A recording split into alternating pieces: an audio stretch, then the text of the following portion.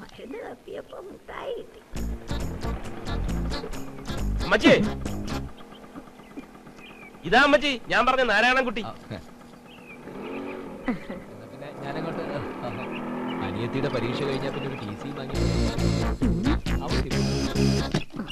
അയാൾ തന്നെയാണോ ഇയാൾ? അതോ ഇയാളെ പോലെയാണോ അയാൾ? എന്തോ ഇയാളെ ഞാൻ ടിവിയിലും പത്രത്തിലും ഒക്കെ കണ്ടു. വക്കാലത്ത് നാരായണൻകുട്ടി. വേണ്ട വക്കീലേ വേണ്ട, ഇയാൾ ഇവിടെ താമസിക്കണ്ട.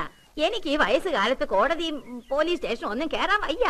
നാരായണൻകുട്ടി അമ്മച്ചിക്ക് ശരിക്കും മനസ്സിലായിട്ടില്ല. വേണ്ട, ഇപ്പം കയറി താമസിക്കും, പിന്നെ അവകാശം പറയും. ഒഴിഞ്ഞു പോണ പ്രശ്നം ഈ ജന്മത്തുണ്ടാവില്ല. ഇയാൾക്ക് വേണ്ടി നിങ്ങൾ ഫ്രീ ആയിട്ട് വാദിക്കും. എനിക്ക് വക്കീലിനെ വയ്ക്കാൻ സാമ്പത്തികമില്ല, സഹായിക്കാനും ആരുമില്ല. രാവിലെ ഭയങ്കര ചൂടിലാണല്ലോ. ഈ കേസ് ഞാൻ ഹാൻഡിൽ ചെയ്യാം. അദ്ദേഹത്തെ കണ്ടില്ലല്ലോ. അദ്ദേഹം മരിച്ചുപോയി. ഓ, മക്കളൊക്കെ എവിടെയാ?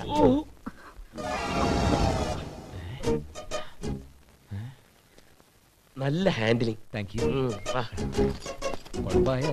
നീ ചളമാക്കിയില്ലേ? നീ എന്തിനാ മക്കളെ കുറിച്ച് ചോദിച്ചത്? എന്തേ മക്കളില്ലേ? ഉണ്ട്, 5 എണ്ണം. പക്ഷെ ഒരൊറ്റ ഒരെണ്ണം തിരിഞ്ഞു നോക്കത്തില്ല. അതെന്താ അങ്ങനെ?